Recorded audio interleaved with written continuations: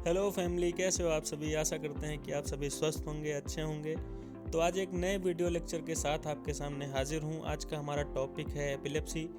जैसा कि हम सभी जानते हैं, एपिलेप्सी इसे मिर्गी नाम से भी जाना जाता है। आप लोगों ने देखा होगा, बहुत से पेशेंट होते हैं, उनको अचानक से मिर्गी के दौरे पड़ने लगते हैं और उस दौरे में क्या होता है कि उसके शरीर पूरी तरीके से कांपने लगती है, बहुत तेज़ी से झटके आने लगते हैं। उस केस में कुछ लोग कहते हैं कि जूता सूंघाइए, मोजा सूंघाइए, लेकिन यह पूरी तरीके से गलत है दोस्तों, क्योंकि मिर्गी का जो दौरा होता है वो 7-8 मिनट का उसका फिक्स टाइम होता है। उस ड्यूरेशन में आप कुछ करें या ना करें, फिर भी वो कुछ देर में अपने आप नॉर्मल हो जाता है। बस आपको ध्यान ये रखना है कि किसी भी पेशेंट को अगर सीजर्स आ रहे हैं, झटके आ रहे हैं, तो आप उसे पकड़ कर रखिए, उसका शरीर पकड़ कर रखिए, बिकॉज उसका सर ज़मीन में लड़ने लगता है, उसे कंट्रोल करना होता है। बाकी जूता मोजा सूंघाने वाली जैसी कोई बात नहीं होती है। ये बीमारी कैसे होती है, क्यों फैलती है, कैसे होती है, क्या क्या होता है इसमें, चलिए इसके बारे में हम सभी जानते हैं। तो सबसे पहले इसकी डेफिनेशन से स्टार्ट करते हैं। तो सीजर का बेसिकली मतलब होता है झटके आना। यह एक ऐसी बीमारी है जिसमें लगातार झटके आते हैं। बेसिकली यह न्यूरोलॉजिकल डिसऑर्डर होता है जो ब्रेन के डिस्टर्ब होने के कारण होता है।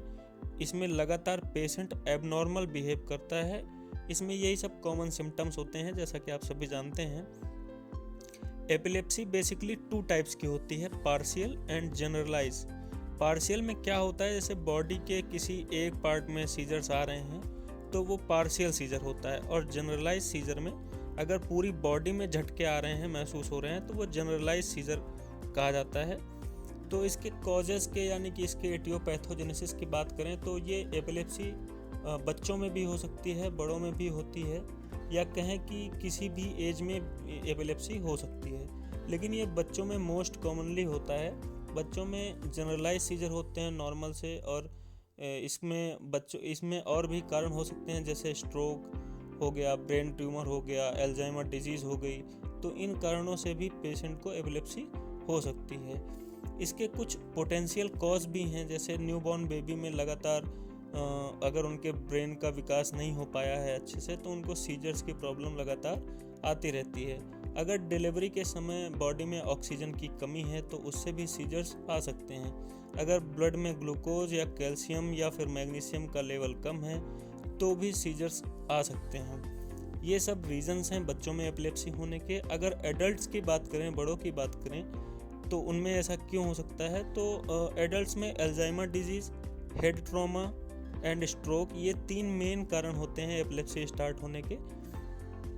तो आगे बढ़ते हुए इसके साइन और सिम्टम्स मींस क्लिनिकल मैनिफेस्टेशन की बात करें तो हम जानते हैं कि इसमें मसल रिलैक्सेशन बहुत तेज़ी से होने लगता है, आँखों की मूवमेंट बहुत तेज़ी से होने लगती है, आपका हेड स्थिर नहीं रहता है, बॉडी का पोस्चर पूरी तरीके से बिगड़ने लगता है, बोलने में समस्या होने लगती है, आपकी आई साइट्स वीक हो जाती हैं, आपको धब्बा धब्बा दिखने लगता है, कुछ भी टेस्ट नहीं आता, कुछ भी खाएं पिएं कुछ भी टेस्ट नहीं आता आपको, डिजीनेस सा फील होता है, मतलब आपको चक्कर सा आता है, सुनने में समस्या होती है, आपके कानों में वाइब्रेशन घूं घूं जैसे करके आपको फील होता है।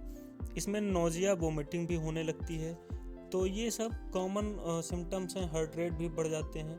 तो इसकी डायग्नोसिस अगर हम देखें तो इसको हम कैसे जान सकते हैं कि हमें सीजर है या नहीं है, पेशेंट को सीजर है या नहीं है। तो इसमें हमें एमआरआई कराना होता है, सीटी स्कैन कराना होता है, ईईजी कराना होता है, ब्लड टेस्ट कराना होता है। तो ये सब के जरिए हम जान सकते हैं, पता कर सकते हैं कि पेशेंट को एपिलेप्सी प्रॉब्लम है या नहीं है। आगे बढ़ते हुए हम देखते हैं इसके ट्रीटमेंट के बारे में। तो नॉन फार्माकोलॉजिकल ट्रीटमेंट, जैसा कि आप सभी जानते हैं, उसमें ड्रग्स नहीं यूज की जाती हैं, उसमें कुछ ऐसे एडवाइस दी जाती है, उपचार बताए जाते हैं। तो उसमें जैसे कि आपको हाई फैट डाइट फॉलो करनी चाहिए, अच्छे से खाना चाहिए, प्रॉपर एक्सरसाइज करनी चाहिए, म्यूज़िक थेरेपी लेना चाहिए।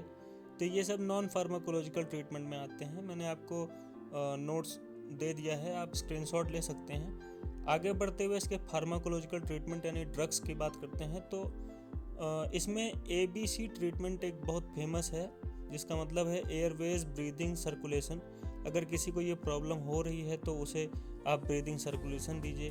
और यहाँ पर कुछ दवाएं, कुछ ड्रग्स मैंने जो है मेंशन की हुई हैं, ये सारी दवाएं जो हैं एपिलेप्सी को ट्रीट करने के यूज़ में आती हैं। तो यह एक छोटा सा नोट्स है एपिलेप्सी के बारे में। अगर आपको यह वीडियो अच्छा लगा तो लाइक करें, जानकारी इम्पोर्टेंट लगी तो वीडियो को शेयर करें, और वीडियो को देखने के लिए हमारे चैनल को सब्सक्राइब करें और बेल नोटिफिकेशन ऑन कर दें, ताकि आपको मेरे हर वीडियो की नोटिफिकेशन मिलती रहे।